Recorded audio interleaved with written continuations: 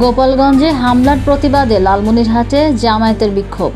বৃহস্পতিবার 17 জুলাই সকাল 10:30টায় শহরের প্রাণকেন্দ্র মিশন মোড়ে এই বিক্ষোভ মিছিল ও প্রতিবাদ সভা অনুষ্ঠিত হয়।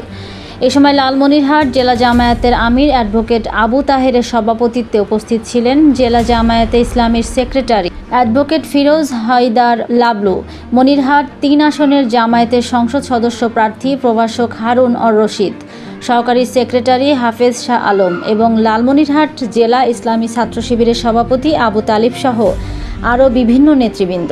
মিছিল শেষে বক্তারা বলেন, সরকার ও স্বরাষ্ট্র মন্ত্রণালয়ের উপর্যুপরি ব্যর্থতার কারণে গোপালগঞ্জ রক্তাক্ত হয়েছে। স্বরাষ্ট্র মন্ত্রণালয় সন্ত্রাসীদের গ্রেপ্তার না করায় দুর্বৃত্তরা এই ধরনের নেক্কারজনক ঘটনা ঘটানোর দুঃসাহস দেখিয়েছে।